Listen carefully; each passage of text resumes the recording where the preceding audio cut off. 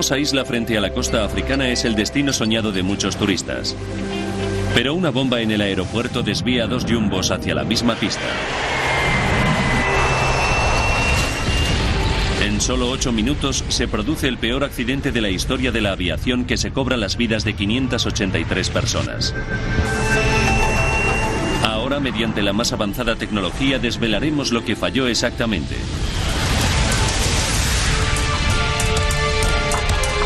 Los desastres no ocurren sin más. Son una cadena de sucesos críticos. Desentrañemos las funestas decisiones que se tomaron en los segundos previos a la catástrofe. Segundos catastróficos. Tragedia en el aeropuerto de Tenerife. Europa, España, Islas Canarias, Tenerife. Domingo 27 de marzo de 1977.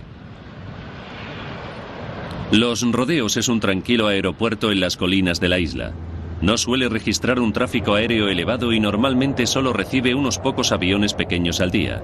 Pero hoy es una jornada excepcional. 12 del mediodía. Después de un vuelo nocturno desde Los Ángeles, el vuelo de Pan Am 1736 se encuentra a 2 horas de distancia de las Islas Canarias. Joan Jackson lleva 7 años trabajando como azafata de Pan Am. Todo parecía marchar con normalidad. A veces te tocan pasajeros que prefieres que hubieran volado en otro avión, pero ese día eran todos gente maravillosa y disfrutamos volando con ellos. Jack Ridout es uno de los 378 pasajeros y está muy contento de viajar en un 747. En los años 70, el 747 era la crème de los aviones. Era el doble de grande que cualquier otro. Jack viaja a todo lujo. Lleva a su novia Johnny a pasar unas vacaciones muy especiales. Fue un viaje maravilloso en primera clase. Íbamos en el piso de arriba, que en aquella época era como un salón muy agradable. Se dirigen a Gran Canaria, la tercera más grande de las 7 Islas Canarias, famosa por sus magníficos paisajes. Pero además de su belleza, las islas esconden a varios grupos terroristas deseosos de liberar al archipiélago del dominio español.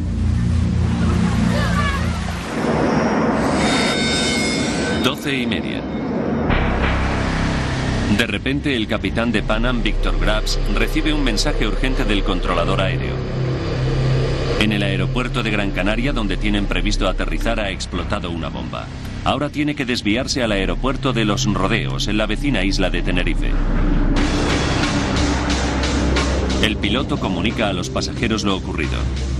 Me preocupé bastante. Estoy seguro de que los demás pasajeros también se preocuparon. 1:38 del mediodía. El 747 de Pan Am no es el único avión que ha sido desviado a causa de la bomba. Otro jumbo, el vuelo 4805 de KLM, proveniente de Ámsterdam, también ha sido desviado al aeropuerto de Tenerife, Los Rodeos. Aterriza antes que el avión de Pan Am. Otros 3 aviones desviados se encuentran ya en tierra. El aeropuerto de Tenerife es pequeño, dispone de una sola pista y sus controladores aéreos no están acostumbrados a tanto tráfico, ni mucho menos a los jumbos. Y es domingo, así que solo hay 2 controladores de servicio. Los pasajeros del avión de KLM se dirigen a la sala del aeropuerto para descansar. 2:15 de la tarde. Aterriza el 747 de Pan Am. Se sitúa junto al jumbo de KLM, que también espera a que reabra el aeropuerto de Gran Canaria. Gran Canaria está a solo 25 minutos de distancia, pero puede que la policía tarde en declarar el aeropuerto a salvo de bombas. Nadie sabe cuánto tiempo tendrán que esperar. El aeropuerto de Los Rodeos en Tenerife está situado en un valle a la sombra del Gran Monte Teide, el tercer volcán más grande del mundo. El Teide domina la isla e incluso influye en el clima. Hoy de momento brilla el sol, pero las condiciones pueden cambiar en cualquier momento. El aeropuerto se halla a una altitud de 632 metros sobre el nivel del mar. En las montañas hay nubes bajas que a menudo envuelven el aeródromo en una densa niebla. Pero cuando aterriza el avión de Pan Am, el problema no es el tiempo. Las condiciones eran buenas. Estaba despejado y hacía un día precioso. Me fijé en que el aeropuerto estaba un poco anticuado. Parecía medieval, por no decir algo peor. El aeropuerto de Los Rodeos se inauguró en 1941. Sus infraestructuras son muy limitadas. No dispone de radar para detectar los aviones en tierra y hoy las luces del centro de la pista están estropeadas. El aeropuerto apenas puede prestar servicio a los 5 grandes aviones desviados. La sala de salidas está atestada. A los pasajeros del interior del jumbo de Pan Am no se les permite abandonar el avión. La azafata abre la puerta para que entre un poco de aire fresco. Recuerdo que tuvimos que esperar mucho tiempo. Acabamos muy aburridos y preguntándonos continuamente cuándo podríamos marcharnos.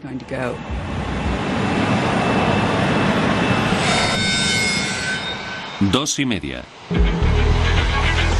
La policía de Gran Canaria se ha deshecho de la bomba y los pasajeros creen que pronto llegarán a su destino para empezar sus vacaciones. Pero el avión de Pan Am no está listo para despegar. El avión de KLM que está delante de ellos en la pista está repostando combustible.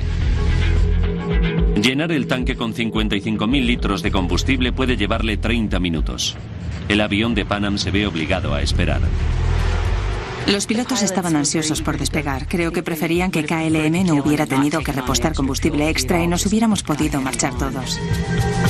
Pero cuando KLM termina de repostar, se produce otro retraso. Sin ninguna explicación, las autoridades españolas obligan a los aviones a esperar otras 2 horas más. 16:56. El piloto más veterano de KLM, el capitán Jacob Van Santen, pide permiso para maniobrar. 2 minutos después, la torre de control se lo concede.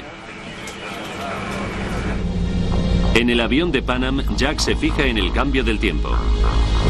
Se empezó a formar mucha niebla.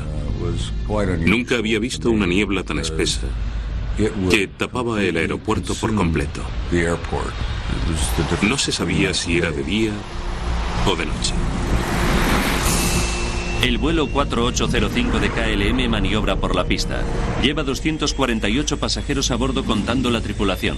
Los controladores aéreos dan instrucciones a los pilotos de que se dirijan a un extremo de la pista, giren 180 grados y esperen el permiso para despegar. Ahora la visibilidad se ha reducido a 300 metros. Los controladores aéreos no pueden ver los aviones que están dirigiendo. Y no hay radar de tierra para ayudarles. Dependen completamente de la comunicación por radio. 5:02 de la tarde. Los controladores dan permiso al avión de Pan Am para maniobrar hasta la pista y colocarse detrás del avión de KLM. Les dicen a los pilotos de Pan Am que giren en la tercera salida y esperen. Las condiciones meteorológicas empeoran en segundos. Seguimos al avión de KLM hasta la pista.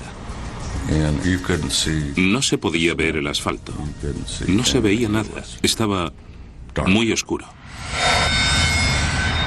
5:04 de la tarde. El avión de KLM efectúa un giro de 180 grados y se coloca en posición para despegar.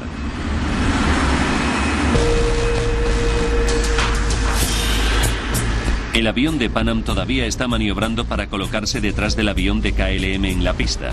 El piloto y el copiloto están intentando encontrar la tercera salida, pero no están familiarizados con el aeropuerto y apenas pueden ver nada por las ventanas de la cabina. Pensé que con esa niebla no íbamos a poder despegar nunca. Ni siquiera se veía el motor número 2, que es el que está más cerca de las ventanillas. Pensaba que no podríamos despegar. 5:05. El avión de KLM está en posición de despegue. Tras un retraso de 3 horas y media, el capitán Van Santen está por fin listo para partir. 5:06. El capitán Van Santen suelta los frenos. El 747 comienza a dirigirse por la pista hacia el avión de Pan Am, que todavía sigue en la misma, a 1.400 metros de distancia.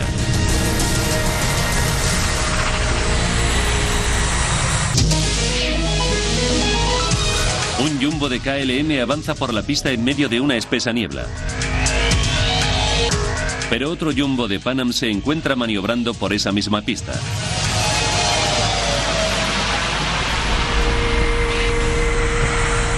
Jack y Johnny viajan en primera clase en el avión de Pan Am. Johnny me dijo que nos chocaríamos si el otro avión despegaba. Pero recuerdo que yo la tranquilicé diciéndola que si chocábamos de frente no tendríamos tiempo de sentir nada. 5, 6 minutos y 18 segundos. La torre de control le dice a la tripulación del avión de KLM que espere. Permanezcan a la espera para despegar. Les avisaremos. Pero ellos no esperan. En su lugar, el capitán Van Santen acelera con el jumbo por la pista. 5, 6 minutos y 45 segundos. El copiloto de Pan Am mira por la ventana y se queda horrorizado por lo que ve. El jumbo de KLM de 300.000 kilos de peso se dirige directamente hacia ellos. El avión de Pan Am lleva 394 pasajeros y tripulantes a bordo. Su única posibilidad es salir de allí lo antes posible. El capitán Grubbs pone los motores a plena máquina y trata de quitarse de en medio.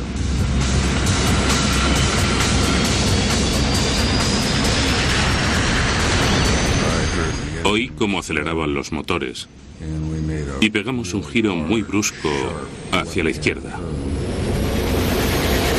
¡Fuera! ¡Fuera! Pero es demasiado tarde. 5, 6 minutos y 50 segundos.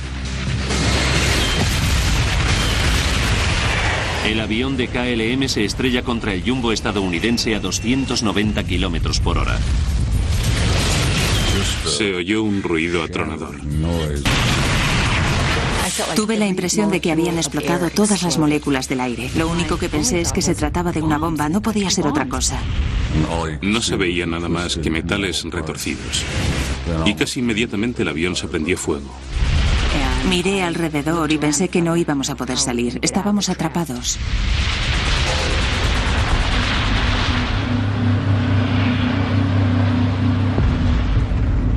Los controladores aéreos escuchan las explosiones, pero a causa de la niebla no pueden ver nada. Son incapaces de establecer contacto por radio con ninguno de los dos aviones. El 747 de KLM se ha incrustado contra el avión de Pan Am y le ha rebanado la cubierta superior. Tras el impacto, el avión de KLM se estrella contra la pista. Escuchamos un chirrido tremendo y una explosión. Enseguida me di cuenta de que no podía haber sobrevivido nadie.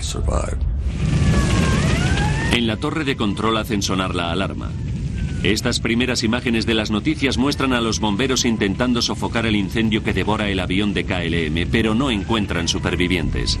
Por culpa de la niebla, no se dan cuenta de que a solo 450 metros de distancia, en la misma pista, el jumbo de Pan Am también está en llamas, con cientos de pasajeros a bordo. Sin dudarlo ni un momento, Jack se pone a ayudar a los demás pasajeros. Había combustible por todas partes. Yo estaba empapado de gasolina. Pensé que teníamos que sacar a todo el mundo de allí lo antes posible. Y empecé a lanzar a la gente por la puerta. Mientras tanto, Joan Jackson y otra azafata están tratando de escapar. Creo que salí por un agujero y luego metí la mano dentro y le dije a Susan que me la agarrara. Tiré de ella y la saqué. Nos encontramos de pie en lo alto del avión. El avión de Pan Am siniestrado ya no puede moverse, pero sus motores siguen funcionando a plena potencia. Oí que los motores hacían un ruido metálico, estaban empezando a desintegrarse y lanzaban trozos de metal por todas partes.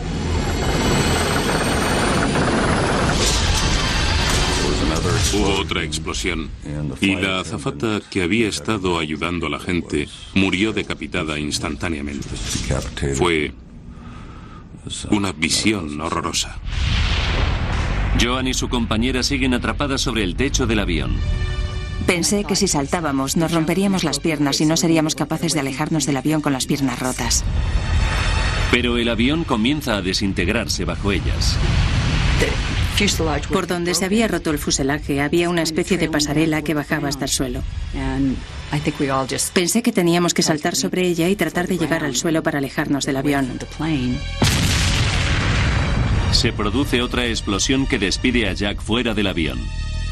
Johnny me dijo que caí al suelo boca arriba. Cuando recuperé el conocimiento, sabíamos que teníamos que alejarnos y nos arrastramos a duras penas lo más lejos posible del avión. Entonces se produjo la última explosión, que lo arrasó todo, excepto las alas. De las 396 personas que se encontraban a bordo, solo sobrevivieron 61. Joan Jackson y su compañera escaparon con moratones y rasguños. No podíamos creernos que hubiera escapado tan poca gente. Mirábamos alrededor esperando que aparecieran el resto de pasajeros y la tripulación. No podía dejar de pensar que si rodeaba el avión, al otro lado encontraría a los 400 pasajeros y a mis amigos de la tripulación. Pero por supuesto no ocurrió así. No podíamos creérnoslo. Jack Ridout ayudó a rescatar a 12 personas. Sufrió quemaduras de tercer grado en la cabeza y los brazos. Se convirtió en mi propio Vietnam privado. Fue una carnicería horrible. En el accidente han fallecido todos los pasajeros del 747 de KLM y la mayoría de los del vuelo de Pan Am. Es el peor accidente de la historia de la aviación. En total han perdido la vida 583 personas.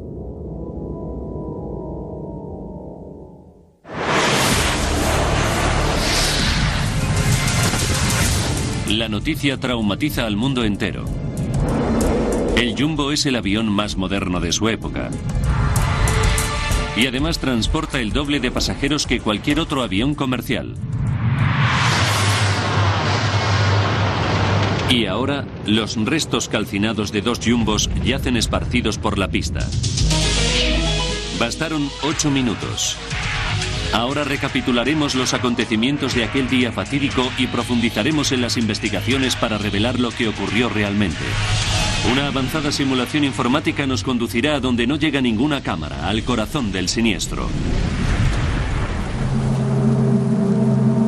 Las autoridades españolas acudieron inmediatamente con un equipo de investigación. El investigador de accidentes, Jaime Velarde, salió de su casa en Madrid a toda velocidad y llegó a Tenerife a primera hora. Cuando llegué, me di cuenta de que se trataba de una gran catástrofe. Fue algo fantasmagórico. En el ambiente flotaba una sensación de tristeza y desastre. Jaime Velarde acude al lugar del siniestro lo más rápido posible. En la investigación de un accidente, es muy importante llegar lo antes posible para observar y fotografiar todas las pruebas en su estado natural. También acuden investigadores de Estados Unidos y Holanda en representación de los dos países cuyos aviones se han visto involucrados en el accidente. Uno de los expertos holandeses es Frans Gerhardt, que se queda impresionado por lo que ve. Nos quedamos asombrados de la enorme cantidad de escombros que había. Nunca habíamos visto nada igual.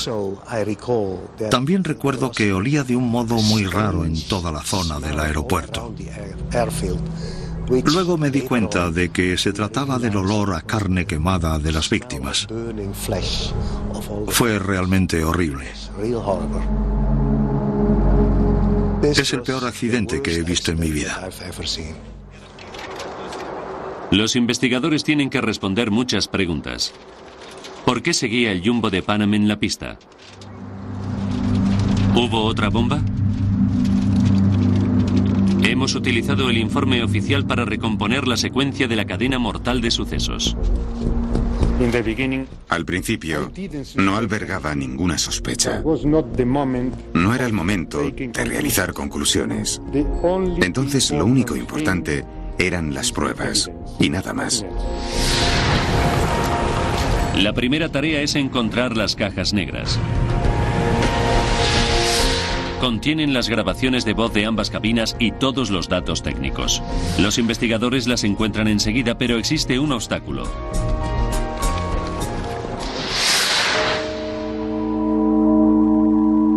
Las cajas están muy dañadas. Puede llevarle semanas descifrar las grabaciones. Mientras tanto, los investigadores tienen que fiarse de la siguiente prueba más importante: las grabaciones de la torre de control aéreo. La tensión era enorme, porque representaba la primera prueba sobre quién había sido culpable del accidente.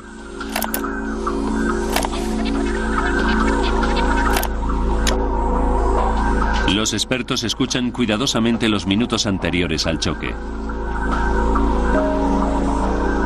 Tienen que averiguar por qué el jumbo de KLM despegó mientras el 747 de Pan Am estaba en medio de la pista.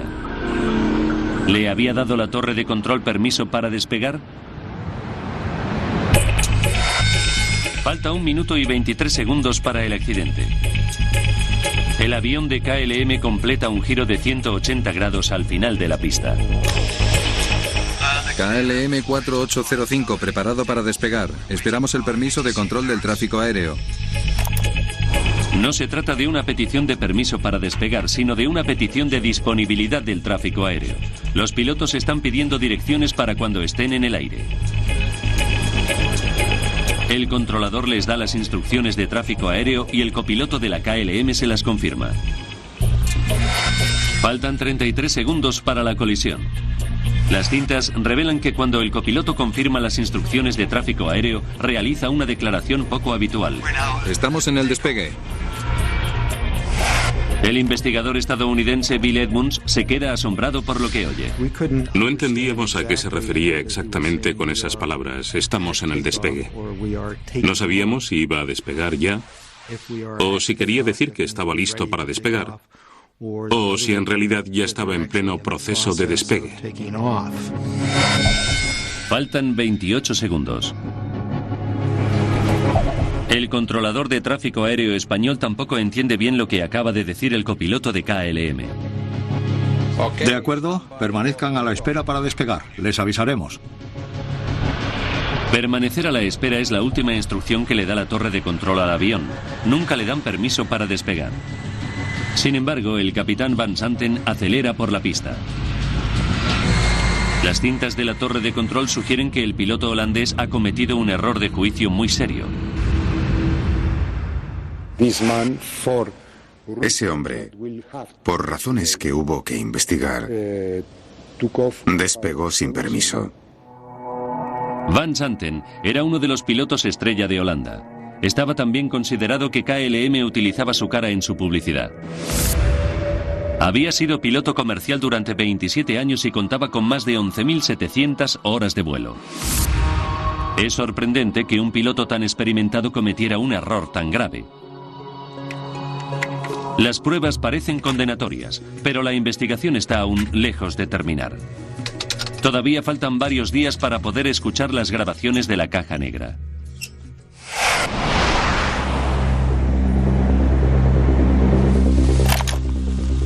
Mientras tanto, las cintas de la torre revelan otro dato inesperado. Los pilotos de Pan Am tampoco habían seguido sus instrucciones. Faltan 4 minutos para la colisión. La torre de control ordena al avión de Pan Am que gire y salga de la pista por la tercera salida.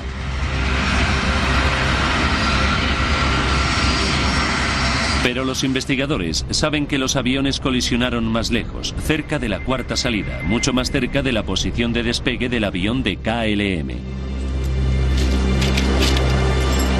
¿Por qué se saltó la salida el capitán de Pan Am? En la pista del aeropuerto de Los Rodeos, en Tenerife, ha tenido lugar el peor accidente en la historia de la aviación. Las cintas de la torre de control revelan que el piloto de KLM, Jacob Van Santen, despegó sin permiso. Ahora, mediante modernos gráficos informáticos basados en los datos del informe oficial del gobierno español, profundizaremos en la investigación para descubrir qué fue lo que falló exactamente. Los investigadores han efectuado otra averiguación asombrosa. El avión de Pan Am se saltó su salida y se interpuso en la pista. ¿Cometió el capitán Graves de Pan Am un error fatal?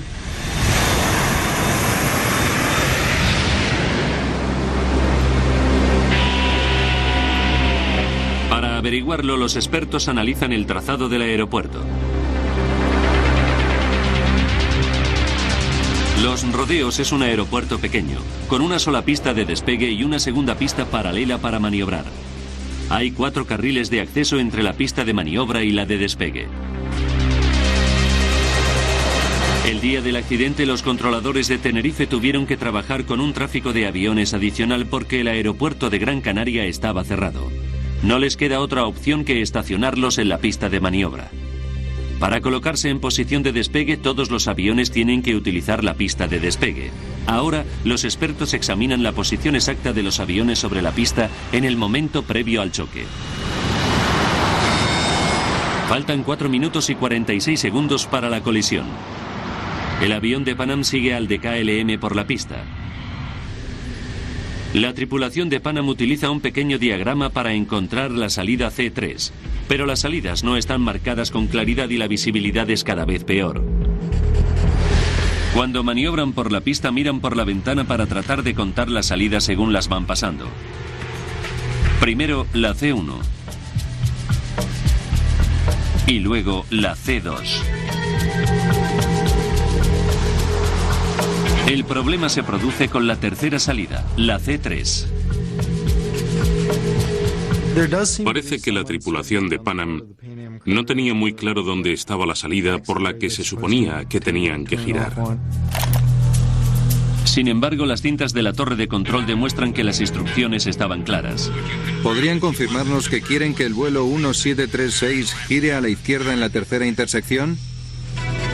La tercera, señor. 1, 2, 3, tercera. Falta 1 minuto y 6 segundos para el desastre. El avión de Pan Am se salta la salida C3 y continúa avanzando por la pista hacia el avión de KLM que está preparándose para despegar. Pero para tomar la salida C3, el Jumbo tendría que haber efectuado un giro muy difícil en un ángulo muy cerrado.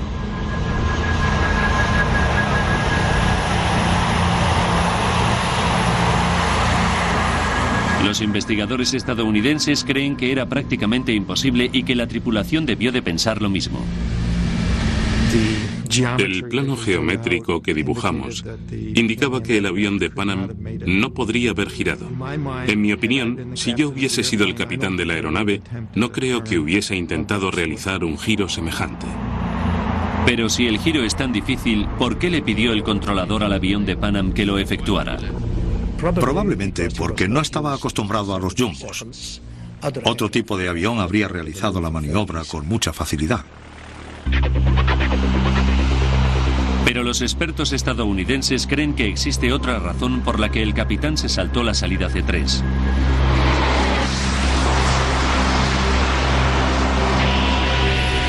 Justo cuando debería estar girando para dejar la pista por la salida C3, el piloto se distrae por lo que escucha en la radio.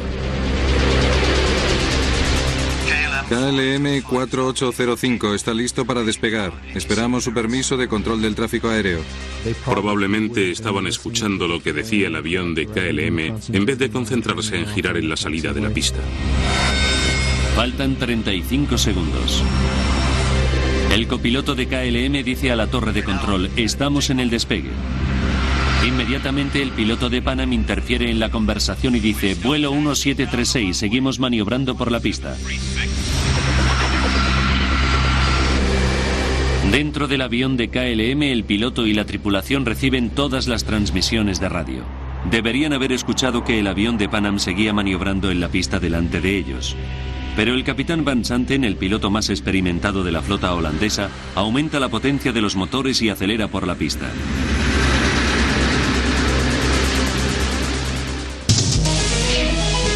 Los investigadores saben ahora que ninguno de los dos pilotos siguió las instrucciones del controlador. Para averiguar por qué, tienen que profundizar más. Tienen que analizar el comportamiento de ambas tripulaciones. Las transcripciones de la cinta de la torre de control revelan que en la cabina del avión de KLM la tensión era creciente.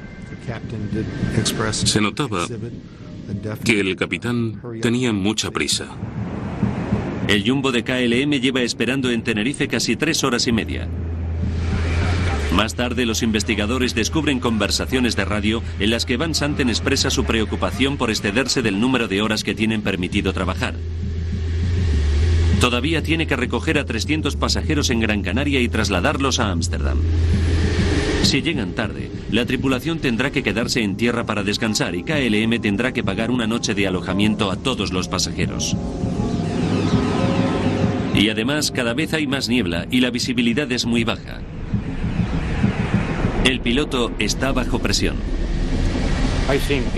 Creo que todos los pilotos piensan que todos sus problemas están en tierra y que en cuanto despegan se soluciona todo.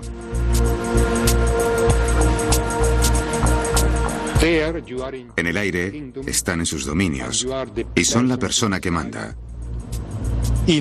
Creo que ese capitán actuó motivado por esa mentalidad.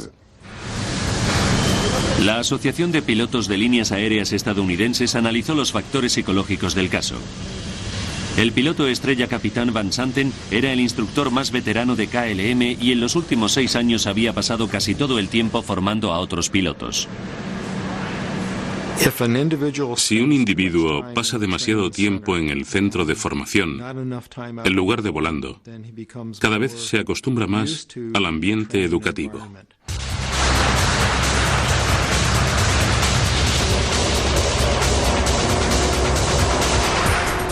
De hecho, en los 6 años anteriores el capitán Van Santen había volado una media de solo 21 horas al mes, y no había volado en las últimas 12 semanas. Bill Edmunds sugiere que hay un fenómeno denominado síndrome de formación que provoca que los pilotos no distingan entre el mundo real y la ficción. Con un simulador de vuelo, despegas, vuelas y maniobras. Luego te paras, reprogramas el simulador y repites la maniobra. Te acostumbras a hacer lo que te da la gana y cuando crees que estás preparado para hacerlo, sigues adelante y lo haces. En el simulador, el instructor actúa como controlador. Normalmente es él quien concede a los pilotos el permiso de tráfico de control aéreo y el de despegue. No tiene que esperar a que una torre de control le dé permiso. El capitán Van Santen estaba listo para efectuar el despegue. Hubo un momento en el que todos los parámetros eran satisfactorios para despegar y él lo aprovechó. No creo que se fijara en qué lugar de la pista se encontraba, ni en dónde estaban los demás aviones. Él ya estaba listo para marcharse. El efecto del síndrome de formación sobre Van Santen no podrá demostrarse nunca, pero existe otro misterio. 18 segundos antes del impacto, el capitán Van Santen puso los motores a toda potencia, pero había otros 2 tripulantes compartiendo el mando. ¿Por qué no le detuvieron?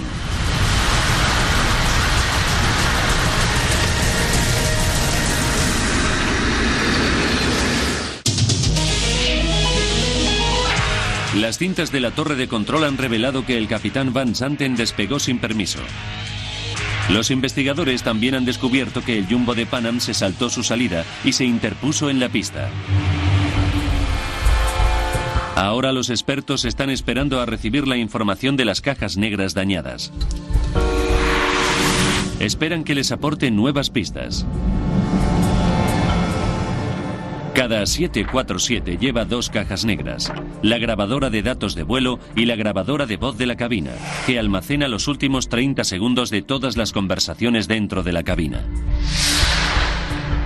El investigador español Jaime Velarde llevó las cajas negras a Washington, donde fueron examinadas en el Laboratorio Especial del Consejo Nacional de Seguridad en el Transporte.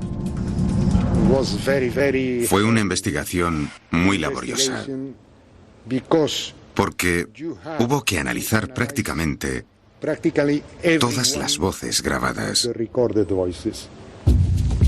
Hasta ahora los investigadores se han apoyado en las grabaciones de la torre de control. Pero tras 2 semanas de investigación por fin pueden examinar las cintas de las cajas negras. Puede llevar varios días escuchar media hora de grabación de voz de la cabina. Hay que identificar a los que hablan, averiguar lo que dicen y cualquier otra interacción importante. Los investigadores solo consiguen la versión completa cuando comparan las cintas de las cajas negras con las grabaciones de la torre de control.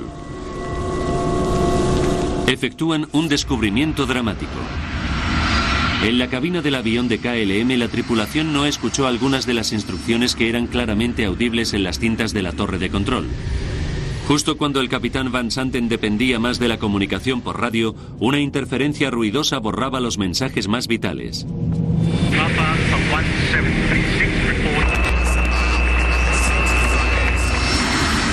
Patrick Smith es un piloto comercial que ha estudiado muchas tragedias.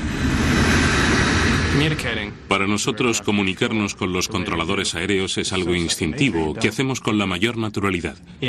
Nunca se te ocurre pensar que algo podría estropearse y causarte la muerte. Aquí, un pequeño fallo técnico provocó una gran catástrofe. El sistema de comunicaciones que se utilizaba en los rodeos en 1977 continúa utilizándose en la actualidad en todo el mundo. Los aviones se comunican con los controladores de tráfico aéreo mediante radios VHF de 2 sentidos. Todos los aviones del aeropuerto sintonizan la misma frecuencia para poder no solo recibir instrucciones, sino también escuchar lo que están haciendo los demás. Pero el sistema tiene sus limitaciones. No es lo mismo que hablar por teléfono, donde 2 personas pueden hablar a la vez. Es algo parecido a hablar por un walkie-talkie. Tienes que apretar un botón para poder hablar. Por una misma frecuencia solo puede hablar una persona al mismo tiempo. Todo el mundo tiene que esperar su turno. Los problemas ocurren cuando 2 personas tratan de hablar al mismo tiempo por la misma frecuencia. Se produce una interferencia ruidosa en forma de chirrido.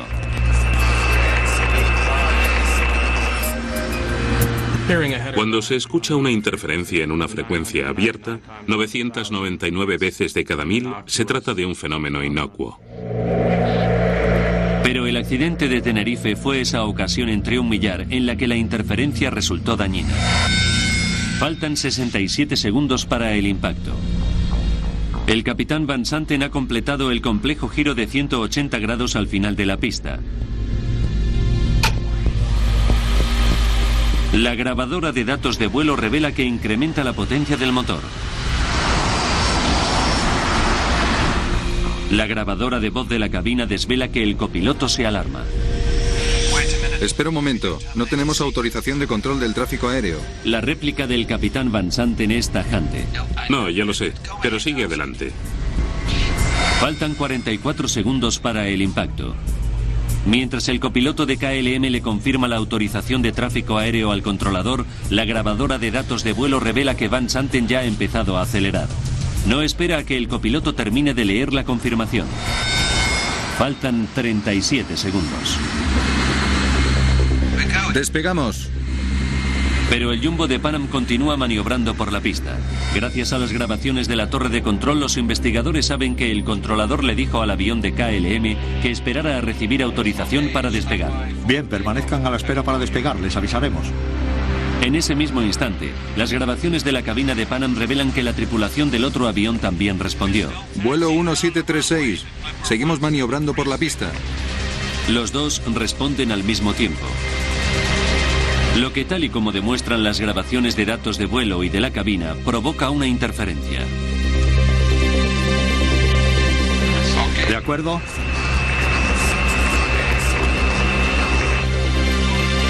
Lo único que escucha el capitán Van Santen es de acuerdo.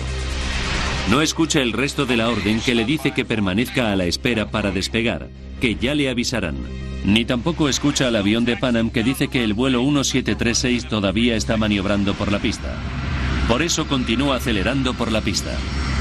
Si hubiese escuchado cualquiera de esas 2 transmisiones, se habría detenido en seco, pero como ambas comunicaciones se efectuaron simultáneamente, se produjo una interferencia y no escuchó nada.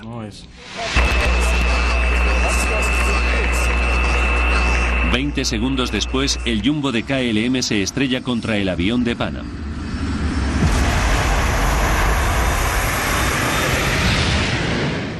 El investigador holandés opina que esta averiguación exime a Van Santen de toda culpa. Supuso un gran avance en la investigación. Estoy seguro de que si el avión de KLM hubiese escuchado los mensajes, no habría continuado con el despegue. La interferencia se produjo 30 segundos antes del impacto y bloqueó 2 mensajes vitales. Pero las grabaciones de la cabina revelan que después de esos 2 mensajes, el capitán Van Santen recibió una advertencia final. 24 segundos antes del choque, el controlador español llama por segunda vez al avión de Pan Am para saber si ya había abandonado la pista. Papá Alfa 1736, infórmenos cuando abandone la pista. El copiloto de Pan Am le responde: De acuerdo, le informaremos cuando hayamos abandonado la pista. Esta conversación fue audible en la cabina de KLM, pero solo un miembro de la tripulación la escuchó. El ingeniero de vuelo la escuchó, al menos parcialmente. ¿El avión de Pan Am sigue en la pista? El capitán, que está en mitad del despegue, dice algo como: ¿qué has dicho? ¿Qué has dicho? El avión de Pan Am sigue en la pista. Van Santen le replicó de un modo muy enfático. Oh, ya. Oh, ya. Y el ingeniero de vuelo ya no vuelve a hablar. El ingeniero de vuelo era el miembro más joven de la tripulación. Su prestigioso capitán no le hace caso y no se atreve a cuestionarle.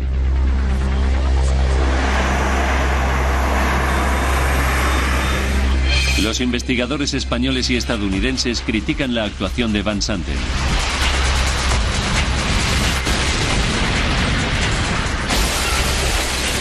Pero el análisis final revela que el destino estaba contra él. El capitán Van Santen despegó sin autorización y estrelló el jumbo de KLM contra el 747 de Pan Am que había en la misma pista. Sin embargo, los investigadores descubren que llevó a cabo un último intento para evitar el desastre. Unos segundos antes de chocar contra el avión de Pan Am, el capitán Van Santen trató de elevar el avión de KLM sobre la aeronave norteamericana, pero levantó el morro tan bruscamente que la cola rozó contra la pista. Casi lo logró. El morro y las ruedas delanteras salvaron el avión de Pan Am. Pero el jumbo no pudo elevarse lo suficiente. El motor número 1 del avión de KLM rozó la punta del lado derecho del avión de Pan Am y desató la catástrofe. La ironía final es que el capitán Van Santen había repostado 55.000 litros de combustible adicional para no tener que hacerlo después en Gran Canaria. Fue esta carga de peso adicional la que impidió que el jumbo se elevara a los pocos metros de altura que le faltaron para evitar la colisión con el avión de Pan Am. El que el avión de KLM repostara combustible puede considerarse un factor decisivo. Al pesar más, le costó más elevarse. El desastre de Tenerife estuvo causado por una cadena de sucesos que combinaban errores humanos y fallos técnicos. El piloto y escritor sobre temas aeronáuticos Patrick Smith opina que las nuevas tecnologías pueden evitar las interferencias de radio VHF e impedir futuros accidentes. Las interferencias son prevenibles. Existe un aparato bloqueador que puede instalarse en los sistemas de comunicación de las aeronaves y que impide las transmisiones simultáneas. Cualquiera que intente realizar una transmisión simultánea queda bloqueado y no puede hablar por el micrófono. Los ingenieros aeronáuticos pueden instalar aparatos que evitan las interferencias por menos de 10.000 euros, un coste mínimo comparado con el precio de un avión nuevo, que ronda los 150 millones de euros. Aunque todavía no es un requisito legal, algunas líneas aéreas los están instalando voluntariamente. Finalmente, los investigadores recomponen la sucesión de acontecimientos críticos que condujeron a la tragedia de Tenerife. Primero, los controladores aéreos ordenaron a los 2 jumbos que maniobraran por la misma pista al mismo tiempo. Después, en medio de una espesa niebla, el piloto de Pan Am se perdió por el trazado de la pista, se saltó la salida y maniobró demasiado lejos. Unos segundos más tarde, el piloto holandés capitán Van Santen empezó a despegar sin autorización. Al final, una ruidosa interferencia en la cabina de KLM impidió que el capitán recibiera 2 mensajes vitales que le habrían obligado a detenerse de inmediato. Para los supervivientes de Tenerife, la pesadilla continuó durante muchos meses. Descubrí que me daba miedo todo. No quería ni subirme a un coche. No soportaba que mi marido me dejara sola. Quería estar encerrada en casa con las cortinas echadas, como la gente que sale en las películas que está asustada de todo. Gracias a la terapia psicológica, Joan fue capaz de volver a volar 3 meses más tarde. Hoy sigo siendo azafata. Llevo 34 años volando y probablemente seguiré haciéndolo otros 6 u 8 años más. Me encanta ver mundo. De vuelta en su casa de San Diego, la historia de Jack se hizo famosa. Jack Ridout es un superviviente que rescató a una docena de pasajeros de la pesadilla del 747 de Pan Am en Tenerife. Lo que nadie entiende de una situación como esta, hasta que se ve involucrado en ella, es que sus consecuencias se prolongan durante muchos años. Tuve que irme a dormir con esas imágenes todas las noches durante al menos el primer año. La hazaña de Jack fue reconocida por el presidente Carter, que le envió una carta de agradecimiento de parte de toda la nación.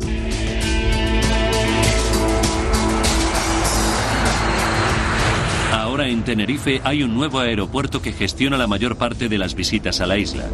Está construido a nivel del mar y casi nunca se forma niebla.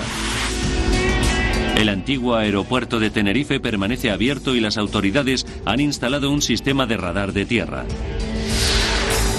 Desde el accidente, su pista ha sido utilizada sobre todo para vuelos regionales interinsulares.